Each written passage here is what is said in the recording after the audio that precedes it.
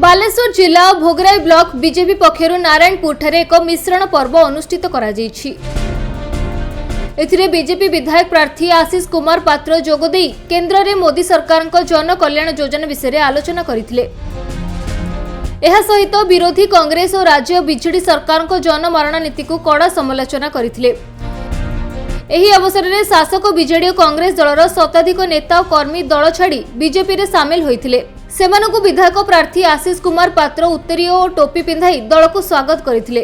आज मिश्रण पर्व थिला गोपीनाथपुर ग्राम पंचायत नारायणपुर ग्राम रे मोटामोटी शताधिक कहन आप 500-700 कर्मी जे लड़ुआ कर्मी साधारण भोटर नुहे गुनेगोसाणु हरिपुर एवं जयरामपुर आपंकर गोपीनाथपुर पंचायत शताधिक कर्मी आज भारतीय जनता पार्टी रे मिसिले एवं मानव नरेंद्र मोदी विकास कार्य को देखी एवं आगामी दिन में यही जे सरकार आमर बीजेडी सरकार अच्छी बाबा मिथ्या प्रतिश्रुति बदल आज मिसिकी बीजेडी को आज परित्याग कले एवं बीजेपी को मिसिले बीजेपी सरकार केमिति आसो से बाबद चिंता करी मिसिले।